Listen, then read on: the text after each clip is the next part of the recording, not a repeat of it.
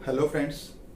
आज हम tooth resorption के बारे में डिस्कस करेंगे कि टूथ रिजॉर्प्शन होता क्या है और कौन कौन से इसके टाइप्स हैं और ये कैसे होता है और इसका क्या इफेक्ट होता है डेंटल जो हमारा टीथ है हमारे इसके टीथ टूथ के ऊपर है, इसका क्या इफेक्ट होता है, ये आज हम इस वीडियो में डिस्कस करेंगे।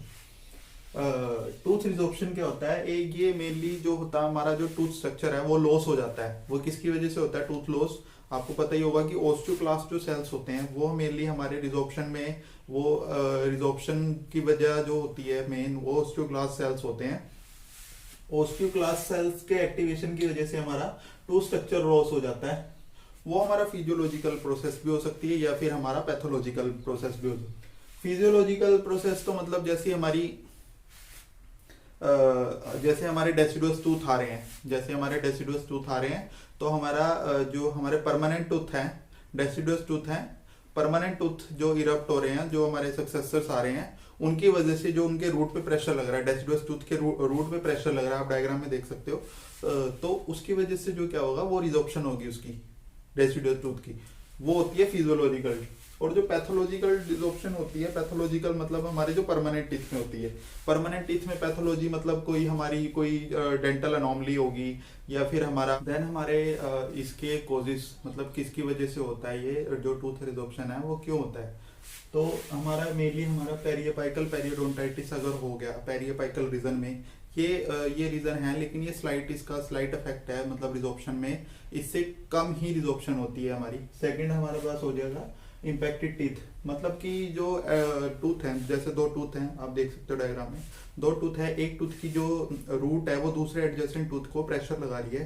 तो जहां पे वो प्रेशर लग रहा है पॉइंट ऑफ कांटेक्ट में, तो वहां पे रिजॉर्प्शन स्टार्ट हो गई है, वो होगी हमारी इम्पैक्टेड टीथ की वजह से जो हमारी हो रही है एडजेसेंट टूथ की रिजॉर्प्शन। देन हमारे पास जैसे नियोप्लाज्म हो गए, अमीलोब्लास्टोमा, जियांट सेल जो हमारा ट्यूमर्स है, इनमें जो अमीलोब्लास्टोमा में भी जैसे कि आपको पता है कि अमीलोब्लास्टोमा जब होता है तो हमारे एपिडर्मल ग्रोथ फैक्टर और इंटरल्यूकिन रिलीज होते हैं। Epidermal growth factor EGF and हमारा इंटरल्यूकिन 1 रिलीज होता है इन अमीलोब्लास्टोमा। क्या करता है वो रूट की रिजॉर्प्शन करता है, जो हमारे चेंजेस होते हैं वो अमीलोब्लास्टोमा में होता है, जो रूट की रिजॉर्प्शन करता है। देन हमारे पास होगा मैकेनिकल स्टिमुलेशन। मैकेनिकल स्टिमुलेशन से आपको पता लग रहा है जैसे कि ऑर्थोडोंटिस्ट होता है वो डेंटल ट्रीटमेंट करता है कि हमारे जैसे टूथ बाहर हैं, ओवरबाइट है या कुछ भी हमारा जो ऑर्थोडोंटिक ट्रीटमेंट होता है, तो उसकी वजह से क्या जो वायरिंग करते हैं उससे हमारा मैकेनिकल प्रेशर जनरेट होता है, उससे भी जो हमारी रिजॉर्प्शन होती है वो होगी mechanical stimulation, excessive force of orthodontic treatment. Then हमारे पास हो गए केमिकल इरिटेंट हाइड्रोजन पेरोक्साइड। जब हम कुछ परसेंटेज, जो मिनिमम हमारी परसेंटेज है उससे ज़्यादा यूज़ करेंगे तो हाइड्रोजन पेरोक्साइड भी हमारा रिजॉर्प्शन कॉज करेगा। देन हमारे पास जो इसके प्रोटेक्टिव मैकेनिज्म है वो 4 तरह में है, मलासेज एपिथेलियल रेस्ट, सीमेंटोब्लास्ट, ओडोंटोब्लास्ट और CEJ।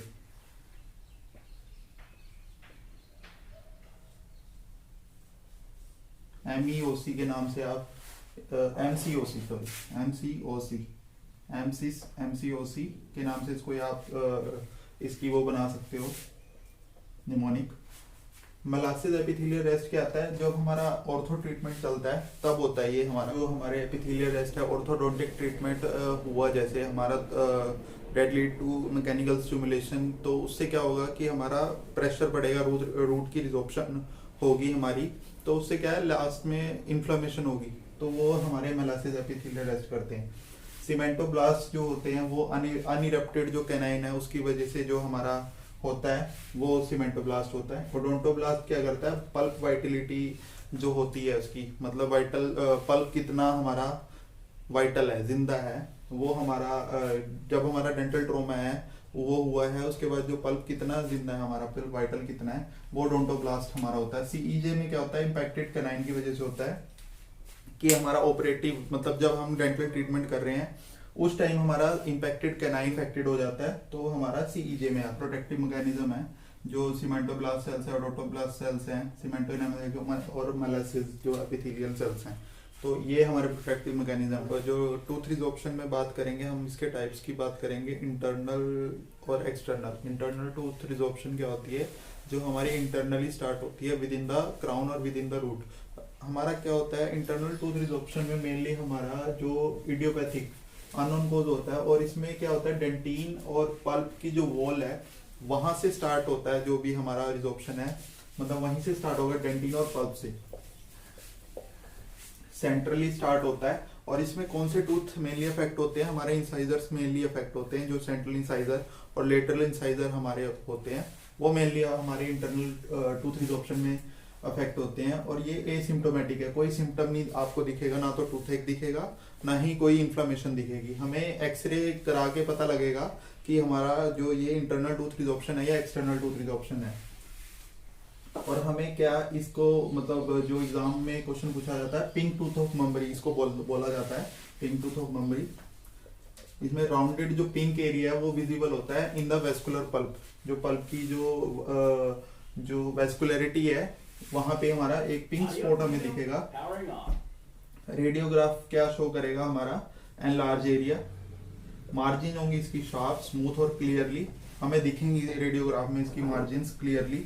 और क्या होगा इसमें जो क्लिनिकल क्राउन है हमारा वो बड़ा हो जाएगा, मतलब क्लिनिकली हमारा जब ये इन्फेक्शन बढ़ जाता है तो हमारा विजिबल होता है क्लिनिकल क्राउन, क्योंकि वो अनलार्ज हो जाता है। जो कोरोनल डेंटिन है जो हमारा जब हम ऑपरेट करते हैं, डेंटिस्ट ऑपरेट होता है जिस क्राउन के अंडर, वो हमें उसके लिंगुअल साइड पे हमें पिंक स्पॉट दिखेगा, that is internal resorption. Then हम पढ़ेंगे एक्सटर्नल टूथ रिजॉर्प्शन क्या होती है। इसमें क्या होता है कि एक्सटर्नली हमारा स्टार्ट होता है, मेन इसका रीजन क्या होता है इन्फेक्शन, इसका मेन रीजन होता है कि आपको जो एडजेसेंट टूथ है वो दूसरे टूथ की रूट को प्रेशर लगा रहा है, मैकेनिकल प्रेशर लगा रहा है, उससे क्या होगा हमारा टूथ का जो बेस है वो वीक हो जाएगा, जो टूथ बेस है वो वीक हो जाएगा। इन्फेक्शन मेन रीजन है इसका। और रेडियोग्राफ चेंजेस क्या दिखेंगे, जो इसका अपेक्स है, टूथ का अपेक्स है जो वो फ्लैट हो जाएगा और स्क्वायर हो जाएगा। और जो इसका फोरामेन है उसमें हमें ओपनिंग दिखाई देगी। रेडियोग्राफ हम जब लेंगे उसके फोरामेन में जो टूथ का हम रेडियोग्राफ लेंगे उसका जो फोरामेन है उसका अपेक्स भी दिखेगा और उसमें ओपनिंग भी हमें दिखेगी। जो एक्सटर्नल सरफेस है ना उसकी रूट की, वहां से ये पता ही लग रहा है एक्सटर्नल टूथ रिजॉर्प्शन है तो एक्सटर्नली स्टार्ट होगी रूट की एक्सटर्नल सरफेस। तो नेक्स्ट हम इसके साइन एंड सिम्टम्स पढ़ेंगे। नेक्स्ट हम सिम्टम्स के बारे में बात करेंगे, सिम्टम और कॉम्प्लिकेशन क्या क्या होती हैं टूथ रिजॉर्प्शन में। सिम्टम इसके मेनली हमारे लूजनिंग होता है, लूजनिंग, डलैक, डिस्कलरेशन ऑफ टूथ और बैड ब्रेथ। लूजनिंग जो होती है टूथ की वो रिजॉर्प्शन में होती है, क्योंकि जब हमारा टूथ रिजॉर्प्शन ज्यादा होगा तो हमारा जो टूथ स्ट्रक्चर है वो वीक हो जाएगा, जिससे कि अल्टीमेटली जो टूथ है वो गिर सकता है, मतलब फॉल ऑफ हो सकता है हमारा। तो ये लूजिंग हो जाती है इसकी। फर्स्ट सिम्टम तो ये है।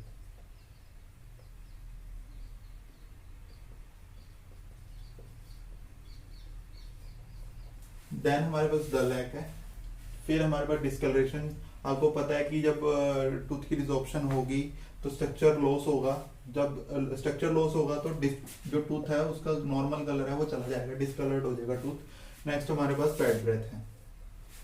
कॉम्प्लिकेशन में हमारे पास क्या आएगी इसकी एनकाइलोसिस और separation of N apex. Ankylosis में हमारा क्या होता है कि जो हमारा जो नॉर्मल परकशन की साउंड है हमारी, एनकाइलोसिस आपको पता होगा कि क्या होता है कि रूट सरफेस से जो हमारी रूट टूथ की जो रूट है और जो एडजेसेंट बोन है वो एक्स्ट्रा उसमें मिनरलाइजेशन होने की वजह से वो अटैच हो जाती है आपस में, जो रूट्स हैं बोन के साथ एक्स्ट्रा, क्योंकि वो ग्रोइंग फेज में होता है। और जो हमारा जो टिश्यू का जो एक्सेसिव जो डिपोजिशन है उसकी होने की वजह से हमारा एनकाइलोसिस हो जाता है टूथ का, जिसकी वजह से जो हमारे परकशन जो टेस्ट है वो चेंज होता है। नॉर्मल जो साउंड होती है उसकी परकशन में जो एनकाइलोसिस की जो साउंड होती है वो डल होती है, लेकिन जब हमारा टूथ एनकाइलोस होगा, जब हम उसको डेंटिस्ट चेक करेगा तो हमारा सॉलिड साउंड दिखेगा, सॉलिड साउंड फील होगा हमें परकशन के टाइम जो हम करेंगे। नेक्स्ट हमारे पास आएगा सेपरेशन ऑफ एन अपेक्स।